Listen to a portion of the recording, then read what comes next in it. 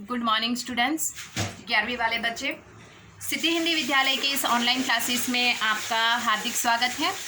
अब बच्चों, यहाँ पे हमारा ये जो लेसन चल रहा है हिंदी भाषा के भीतर, ये लेसन हमारा यहाँ पे जो है ये नमक का दारोगा, जिसके रचयिता है प्रेमचंद जी। और प्रेमचंद जी इनका परिचय हमने प्राप्त किया। इतना ही नहीं, ये जो पाठ है उसका साहित्य प्रकार है कहानी। पाठ में हमने देखा कि मुंशी वंशीधर जो दारोगा है, पंडित आलोपी दिन जो एक धनवान इंसान है, दातागंज के बहुत बड़े रईस हैं, उनकी नमक की गाड़ियाँ यहाँ से वहाँ हेरफेर होती है, कालाबाजारी करते हैं वो।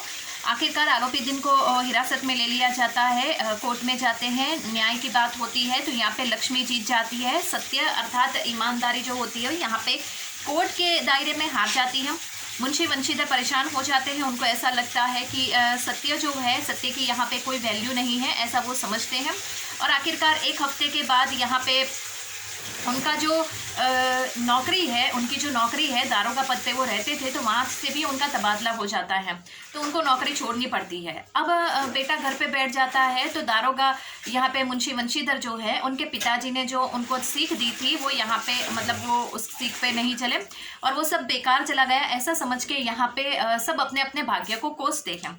ठीक उसी समय वहाँ पे दातागंज के जो सबसे बड़े जो ये रईस इंसान है आलोपी दिन, ये आलोपी दिन वहाँ पे अपने रथ में बैठकर अपने जो चपरासी है उनके साथ वहाँ पे आ पहुँचते हैं। और फिर वहाँ से कुछ कहानी हमारी अधूरी है वो देख लेते हैं। लोग लल्लो चप्पो की बातें करने लगे। हमारा भाग्य उदय हुआ जो आपके चरण इस द्वार पर आए। ये कौन बोलता है?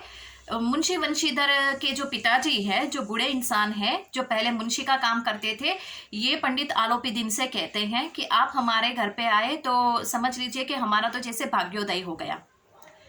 आपको कौन सा मुंह दिखावे, मुंह में तो कालिक लगी हुई है, किंतु क्या करे, लड़का अपागा कपूत है, नहीं तो आपसे क्यों मुंह छिपाना पड़ता। ईश्वर निसंतान चाहे रखे पर ऐसी संतान ना दे।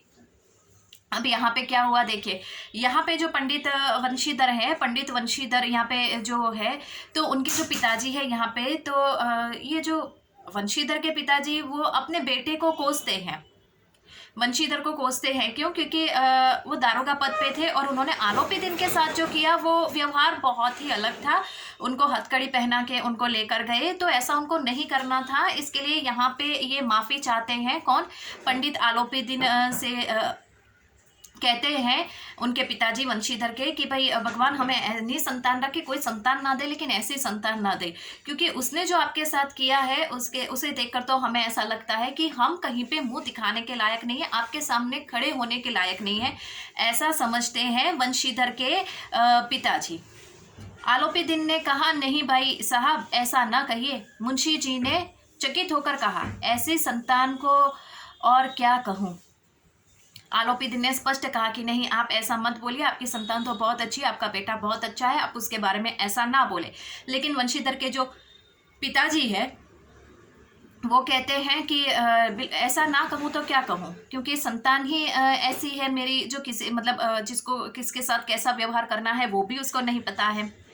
आलोपी दिन ने वात्सल्यपूर्ण स्वर में कहा, कुल तिलक और पुरुषों की कीर्ति उज्जवल करने वाले संसार में ऐसे कितने धर्मपरायण पुरुष हैं जो धर्म पर अपना सब कुछ अर्पण कर सके।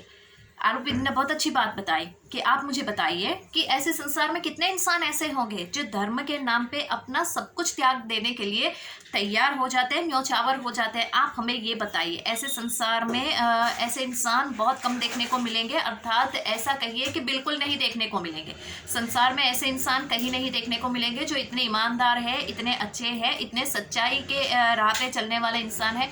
ऐसे इंसान आपको नहीं दिखने को मिलेंगे जो धर्म के लिए, उनका जो धर्म है, उनका जो कर्तव्य है वो पूरा करने के लिए वो सब कुछ न्योछावर करने के लिए तैयार हो जाते हैं। उनको पता है उनकी नौकरी चली जाएगी, उनका परिवार भी उनके हाथों से निकल जाएगा, उनको सब पता है इनकी जो इज्जत है, उनका जो सम्मान सब चला जाएगा, लेकिन फिर भी उनका जो कर्तव्य है वो कर्तव्य छोड़ने के लिए वो तैयार नहीं होते। तो आप हमें बताइए कि ऐसे कितने इंसान हैं जो इस दुनिया में ये सब करने के लिए तैयार होते हैं।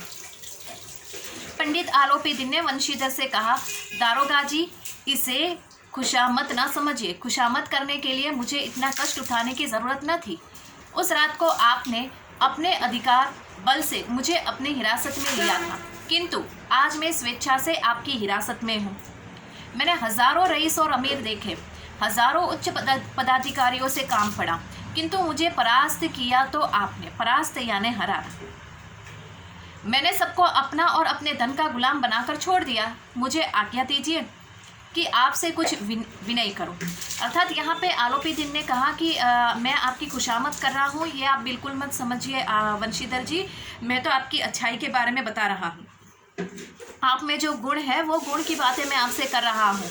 मेरे इस कार्य के दौरान मुझे पता नहीं कितने सारे इंसान मुझे देखने को मिले। मैंने कई सारे इंसानों को देखा है, अलग अलग प्रकार के इंसानों से मेरी मुलाकात हुई। मैंने रईस अमीर सब इंसानों से मैं मिला, लेकिन कहीं पे भी मुझे ऐसी कर्तव्य निष्ठा, ऐसा कर्तव्य पालन करना मैंने कहीं पे भी नहीं देखा। क्योंकि आप में जिस प्रकार के गुण हैं मैंने आज तक नहीं देखे। मैंने हज़ारों इंसान से मिला हूँ, मैंने कितने सारे पैसे खर्च किए हैं, मैंने बहुत कुछ किया है, लेकिन फिर भी मैं यहाँ पे किसी भी प्रकार से सहमत नहीं हुआ। मुझे अगर किसी ने हराया है तो वो हराने वाले इंसान सिर्फ आप ही हो। आपने मुझे हराया है, आपने मेरी सोच को हराया है।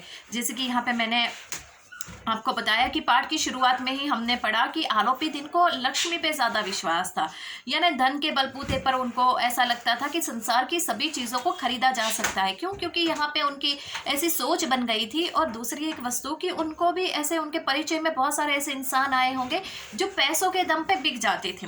इसके लिए उनको ऐसा लगता था कि लक्ष्मी के हिसाब से या सहारे हम सब कुछ खरीद सकते हैं, किसी को भी खरीद सकते हैं। ऐसा अब तक उनके जीवन में होता आया। अगर आप मुझे, आलोपी दिन ने कहा कि आप मुझे आज्ञा दे तो मैं आपसे कुछ कहना चाहता हूँ। वंशीधर ने आलोपी दिन को आते देखा तो उठकर सत्कार किया, किंतु स्वाभिमान सहित। समझ गए कि यह महाशय मुझे लज्जित करने और जलाने आए हैं। क्षमा प्रार्थना करना चेष्टा नहीं की, वरन उन्हें अपने पिता की यह ठकुर सुहाती की बात असह्य सी प्रतीत हुई। पर पंडित जी की बातें सुनी तो मन का मैल मिट गई। पंडित जी की ओर उड़ती हुई दृष्टि से देखा, सद्भाव झलक रहा था। गर्व ने अब लज्जा के सामने सिर झुका दिया। शर्माते हुए बोले, यह आपकी उदारता है जो ऐसा कहते हैं। मुझसे जो कुछ अविनय हुआ है उसे क्षमा कीजिए।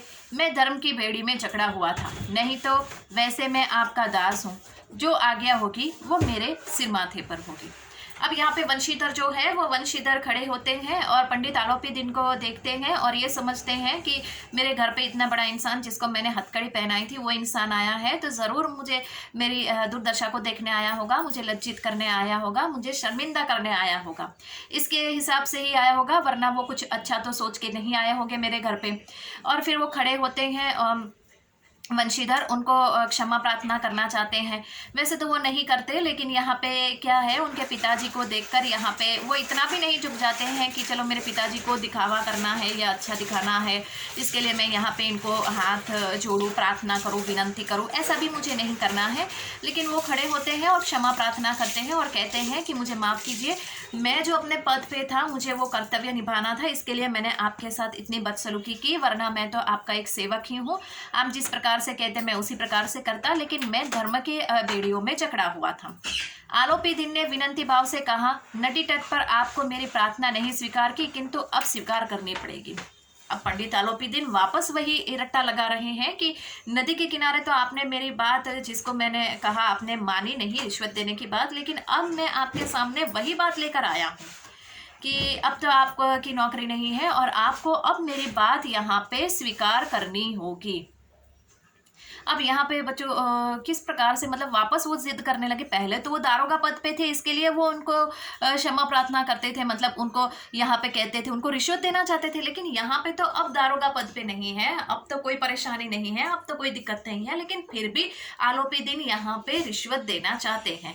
तो क्यों, ये समझ में नहीं आता है। तो बच्चों आगे वाले वीडियो में हम देखेंगे कि वो क्यों वही प्रस्ताव लेकर उनके घर तक पहुंच जाते हैं। क्यों? क्योंकि वंशीधर की तो अब नौकरी भी छूट गई है, तो अब रिश्वत देने से क्या फायदा है।